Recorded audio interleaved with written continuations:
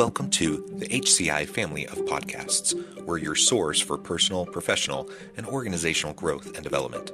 We share our own original research, explore industry trends, and interview executives and thought leaders from across the globe. Join us for practitioner-oriented content around all things leadership, HR, talent management, organizational development, and change management. Maximize your personal and organizational potential with the HCI family of podcasts. Jesse Hernandez, welcome to the conversation today. Thank you. Happy to be here. It is a real pleasure. You're joining us from San Antonio, Texas. I'm south of Salt Lake City in Utah. And today we're going to be talking about small communication tweaks to help leaders expand their influence. There's a lot of things that leaders do, a lot of things that are important about what leaders do. And one of the things that will help leaders be more successful, perhaps more than anything else, is how they communicate.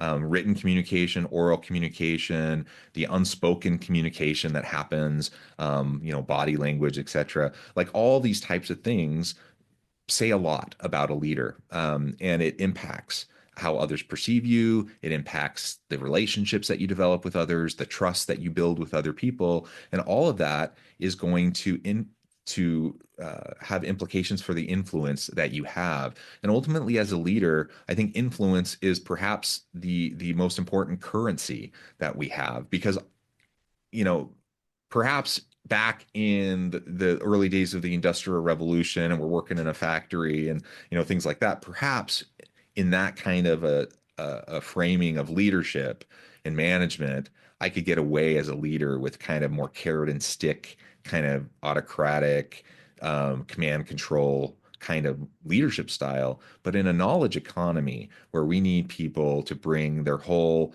creative selves to their work and we need people to collaborate effectively and innovate, we need leaders who not wield carrots and sticks, but leaders who can pull out the best out of their people. And I can't force that. I can't motivate my people. I can only create an environment in which people are self-motivated. And I can wield influence. I can influence my team. And so communication is one of those tools to be able to do that effectively. So anyways, that's a long way of kind of introducing what we're going to be exploring together today. As we get started, I wanted to share Jesse's bio with everybody. Jesse Hernandez was born and raised on the south side of San Antonio. The landscape of his career ranges from grading ditches to counseling executives. This path taught him that we are more alike than we are different. His message is one of contribution, ownership, and vulnerability. This message is visible in his podcast, Learnings and Missteps, his book, Becoming the Promise You Are Intended to Be, and the live stream experience known as No BS with Jen and Jess. Jesse, anything you would like to highlight by way of your background or personal context before we dive on in? Oh man, first, thank you for the intro and like the synopsis of where this conversation is going to go because I agree, especially on the influence part. Maybe a little more context is I started my working career back in 1995 out of high school as an apprentice plumber. Mm, And it was supposed to be a summer job, but it turned in, I was like, this is where I belong. I need to mm, do this. And so I spent about 20 years on the trade side of the business, got my license and did plumbing for a long time and management, middle management, all that. Um, and so that's kind of the breadth of my experience or the time I've spent on this rock that mm-hmm. has then transformed into me hosting a podcast and doing live streams and running my own business. And I think it's important to share that so that people understand that like the trajectory of where we want to go isn't a straight line. Yeah. And it's really like how far do we want to go? I'm living proof. Yeah. I think that's great. And I agree. I think most of us, the vast majority of us, have more of a zigzag approach in our personal growth and our career development and how we go about our careers. And sometimes I think that's framed as perhaps a failure or a waste of Yes. time or whatever. And I just don't see it that way. For one, how could it be if that's what the vast majority of people do? That's just life, Yeah. Um, but also I think there's just so much growth that happens through how we go through, those learnings, the shifts in careers. um I started out in construction myself. Yeah. In I did factory work, I did construction work, and then now I'm a professor, so like we like, and I changed my major like 5 times, and like Yeah. like Yeah. we're all on a journey of self-discovery. We're all at different life phases, different times, different places, different circumstances. There are going to be different things that resonate, or different opportunities that arise, and I think all of that's beautiful, and we lean into the opportunities. And so, anyways, I appreciate you sharing your background and some of those shifts that you've gone through in your life. And I think that only illustrates what so many of us have experienced, at least to some extent. And ultimately, I think we should lean into that. It's totally okay. And the reality is, most people are going to change jobs, even careers, so many Yes. times throughout their working life. And we're in a day and age, because of longevity, long lifespans and healthy lifespans that are continuing to increase. Um, you know, we've gone from working 30, 40-year careers to now we're talking, we're probably going to be working, the average person's going to be working 50, dare I say, we're going to get to 60-year careers. And we can lament that or talk about the pros and cons of that all day long, but the reality is that's going to be happening. And so, do I want to be doing the same thing, 60 years Right. later, that I was doing when I was a 20-year-old? Probably not. Probably not. Hopefully Amen. there's some growth that happens during that time. Yes, yes. It's interesting. I was doing the math the other day. I was hanging out with my some buddies that we've been friends since sixth grade, and Mm, I was like, yeah, I've been in construction about 20 years, and they're like, Jesse, when did you stop? When did you leave the industry? I was like, never. mm. And I like, but you started right out of high school. Like, yeah.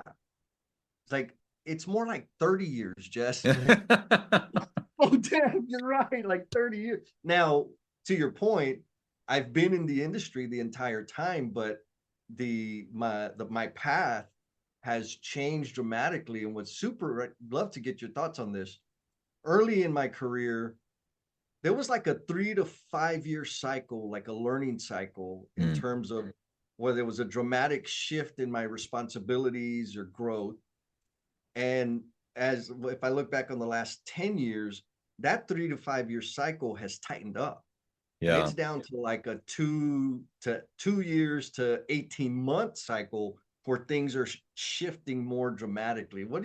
Is that just me being like chasing squirrels? I don't think so. I think that's absolutely right. And it obviously depends on the type of job, the type of work, the type of industry you're talking about. But I would say, yeah, generally speaking, I think it absolutely is tightened up. I think, I'm constantly telling my students, my job as a professor is to help you learn how to learn, help you learn how to That's develop it. skills, Yes. help you learn how to think, right? Because the reality is, like, when there's framework skills, ways to understand and learn perceive the world, all that kind of stuff, right? Um, Yep. but I also teach facts, I teach details, I teach, I'm an HR professor, so I teach about employment law, I teach about, Yep. the ins and outs of like current best practice in organizations, all that kind of stuff. Guess what? All those details, those are going to change. Like the life cycle of those types of things Yes. change so rapidly, and there's always new court cases that shift the employment law and all that kind of stuff, right? And so I tell my students, I'm like, this may you may not like it, but what a lot of what I'm teaching you, like the details of what I'm teaching you, might be irrelevant in 5 years, maybe Right. in 2 years. But what's not irrelevant is you learning how to learn, you That's learning it. how to apply your learning into practical scenarios to develop skills. You're learning how to work in a team, you learning how Yep. to critically think, et cetera, et cetera, et cetera, like those types of things. And that's, I think, where I add value as a professor. That's where I think universities add value in preparing um, well-rounded individuals, for society, for the communities, and for the workforce. Because you're right, the it's tightened up, and we churn through things, develop so rapidly, and especially in this day and age of disruptive technologies, Oh yeah. AI, like all that. Like we're talking like that 5 years shrinking down to like 2 years to 18 months. I mean, that might even shrink down further to a year, Yeah. 6 months, which is terrifying almost, right? On the one hand, but on the other hand, it's kind of exciting because that means there's so much opportunity. Yeah. If we can get comfortable with constant change, then it means there's so the opportunities are limitless, and we can always lean into new opportunities and develop new skills and try new things. And I think that's exciting, though I know that that scares a lot of people. Yeah, like the we'll say all the hoopla about AI, right? Hmm. It's terrifying some people.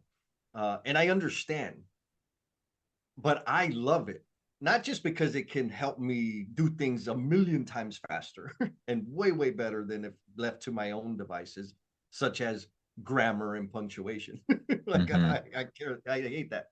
But what I think it's also going to do is raise the value of the interpersonal skill set. Absolutely. Because, right, like if my value, there was a time when I was running work as a foreman and superintendent where I treated people like garbage, Mm. but I was technically sound. Like I knew the Hmm. rules, I knew the processes, I knew the systems, so they would tolerate me. And I know a lot of people in different industries that they have a technical knowledge and that's their strength. But now that knowledge and information is so readily accessible, the value of those technical experts, knowledge wise, is Yeah. diminishing. And so the value or the skill set of influence and connection is going to explode. And that's one of the reasons I'm so like enthralled, not just because of the impact it has on the quality of life of people. Like, how do I know? Because it helped me, but also Yeah. others. And I see just the future. Just look at, if you use social media as a frame of reference, the volume of content that is getting put out there continues to exponentially grow. And it's Yeah. not because there's exponentially more creators, it's because the creators are putting out more stuff because they have the tools, the technological tools and AI and whatever to produce more.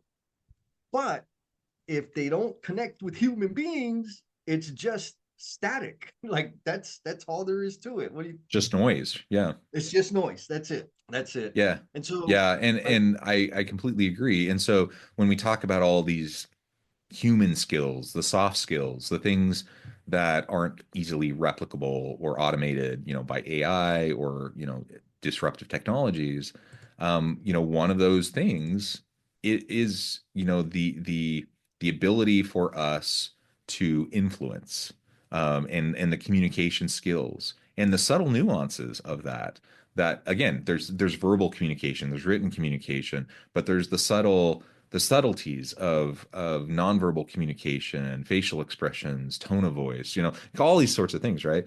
And those are the types of things that the most effective, influential leaders of today and tomorrow are going to be the ones, not.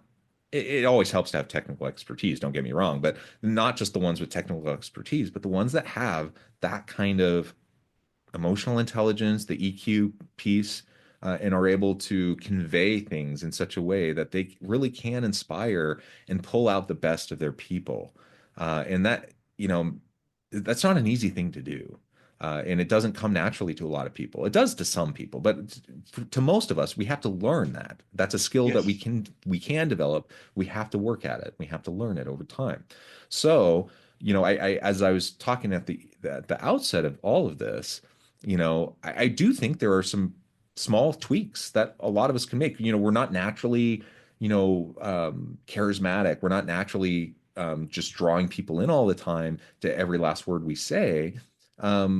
And so we may feel like, I'm not the great communicator, but there really are, for most of us, I think, small, relatively small things we can do, to adjust what we're doing that will make and expand our influence. Can we talk about that a little bit? Any thoughts on that? Oh my God, yes. And I didn't I'm not an academic. I'm not a good student in like in the, I'll say, traditional terms. Um, but it's something that I got to observe on the my whole career path, which has kind of been super broad. And I want to frame it this way so that the HCL community can like say, oh, it's easy to let me think about that. When we think about communication, most people think about delivering a message, Mhm. articulating a message, saying words. Yeah. That's only part of communication. And so when it comes to this idea of influence, so that we can tap into the discretionary effort that people have, like they don't have to give us Hmm. everything they got, but when they Yeah. like you and when they feel connected, they're going to give you more than the minimum. Yeah. The shift is this: it's not you're we're all good at saying words. It's not about eloquence in the way you frame an email. It's about how much you listen. So forget, let's just assume that everybody's on a playing field at saying words and getting their ideas out. If you invest a fraction of the time that you have in taking public speaking courses, etc., into listening to other people, that is a small but gigantic shift. And so when we think about listening to other people, I'll give it like kind of grades. There's kindergarten level. And so Mm. kindergarten level is where I started, right? Kindergarten level is me not making noise with my mouth while other people were making noise with their mouth, right? Like that, it will appear like I'm listening. But a lot of us, when we're doing that, we're just waiting for them to stop talking so we can give them our genius and wisdom. That that's weak sauce, but it's a good start, right? Let Keep your mouth shut, let them talk. Then there's kind of like the middle school level of kind of being like, this isn't going to be nice, but when I hear the term active listening, I think of that in terms of middle school, high school understanding, because it's tactical, it's mechanical, right? Like I repeat Yeah. back what you said, I nod my head, I say yes, I summarize. Like, come on, bro, like that's middle school stuff, but you're better. Now, why? Because it demonstrates, or rather signals, that we're listening to the human being in front of us. Now, you want to be OG, like gangster level listening, where you can connect with other human beings and they see you and treat you as a trusted resource. You do all of the first two things, but you ask curious and interested questions about the human being, about what they think, about what they feel. When you start doing that, now like the world tightens up, and you've had this, John, where you talk to some people and you just felt like you're the center of the universe. And it's because they had all their focus in you. And the way they demonstrated that was by asking you questions about you, about what you think, about what you feel. That's the listening part. Hmm. And so now that might sound a little woo woo. And so, like, again, depending on where you are on the scale, if you're lower on the scale, one metric, something that you can pay attention to start building the habit, because it's going to take a tremendous amount of practice, is airtime. How much airtime do you have compared to the person in front of you? And if the power dynamic is such that they report to you, or you have greater influence and responsibility within the organization, the more airtime they have than you, the better. If you have equal airtime, you're losing. What do you think? Yeah, I agree. I think ultimately the listening piece is so foundational, and I like how you highlight kind of the developmental stages of listening in connection with like our childhood development. I think that was a Yeah. really good way of framing it. Because yeah, I think a lot of times we really get overly simplistic with it, mechanical with it. And the bottom line is we really do just need to genuinely and authentically seek to understand. right? That's That's the it. bottom line. And how can I influence others if I don't really know where they're coming from, right? Um, Yep. I can have the best argument in the world. I can have all the facts on my side, you know, all of that, right? We both know that just because you have all the data and all the facts on your side, that doesn't necessarily mean anything because people, have bias and people have emotion and people have like their backgrounds and their perspective on the world are different. And like, you can have 10 people look at the same set of data, and draw different conclusions from it. And so Yes. so ultimately you have to be able to translate all of that in a compelling way, and you're never going to be able to do that if you don't understand where people are coming from. That's And it. that sounds obvious, right? And we talk about active listening and we talk about all these different things all the time, and I think intellectually we know that, yet it's so hard to do. Why is that so hard to do? So like I'll say this: if it's hard for you, that's just evidence that you're human, right? Like it's not easy because of the conditioning, right? I mean, back to the developmental stuff, right? I was kind of being silly, but when I think back, elementary school, middle school, high school, higher learning, higher ed, how much of the curriculum is focused on delivering a message versus how much of that curriculum is focused on receiving messages? I don't know the math, but I Yeah. remember the courses I took. I didn't take a listening course, Mm, right? There was never an option for a listening or an influence or a relationship building course. It was all outward. How do I get it? So we've been conditioned to function this way. And then as leaders, it's compounded, right? Because we have this thinking that the leader has to have all the answers, that the leader knows the solution, knows the best way, can't be vulnerable, can't say, I don't know, can't ask for help. And so, what does that mean? That means when somebody comes to me with an issue, I give them the answer, I tell them what to do, which creates this dependency in our people because we don't spend any time to listen and talk because time is of the essence. We got KPIs and dashboards that we need to make sure are green and not red.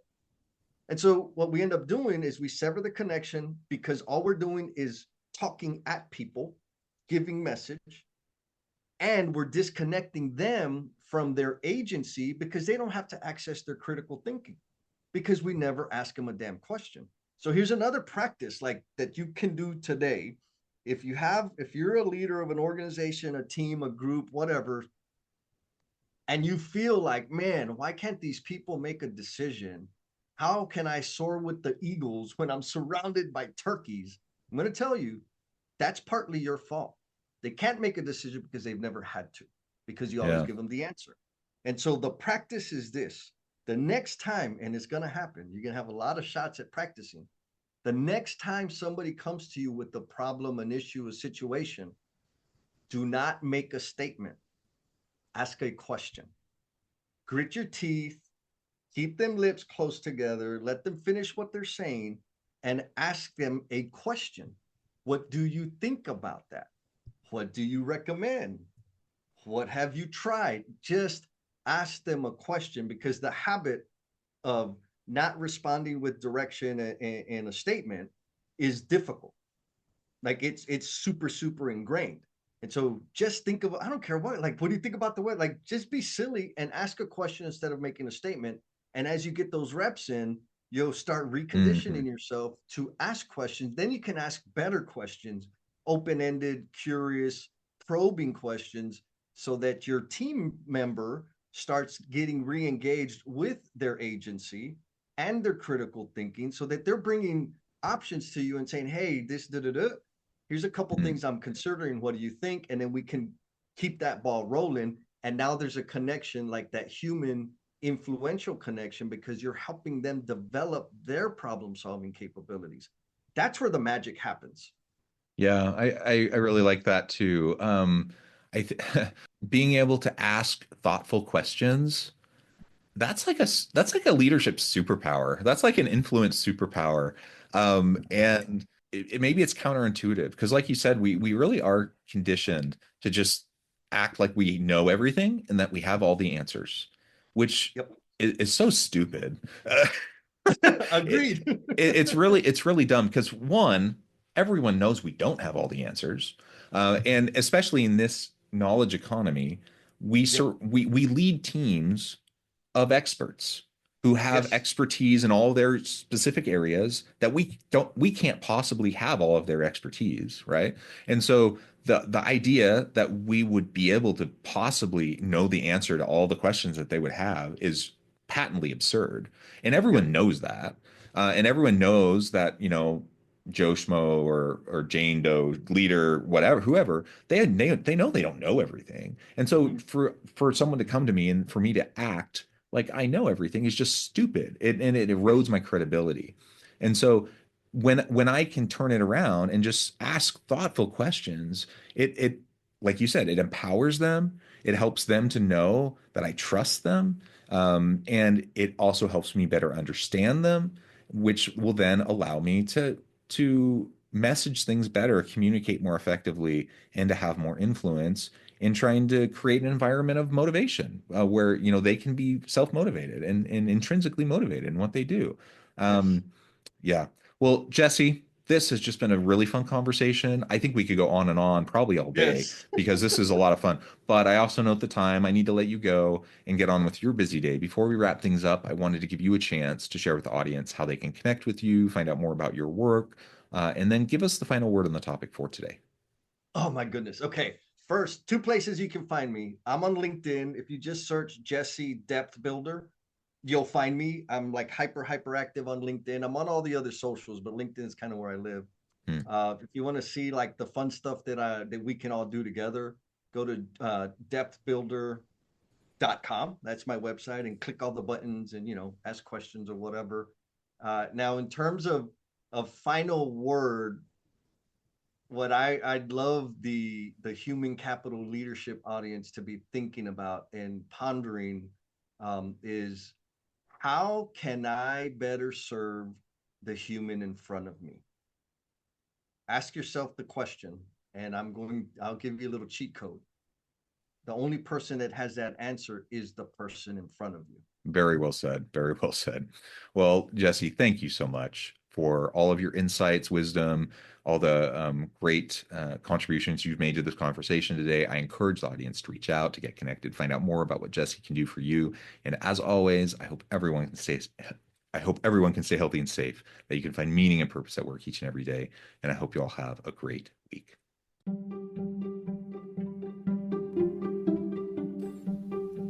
Thanks for joining us for this episode of the podcast. We hope you stay healthy and safe, and please join us again soon.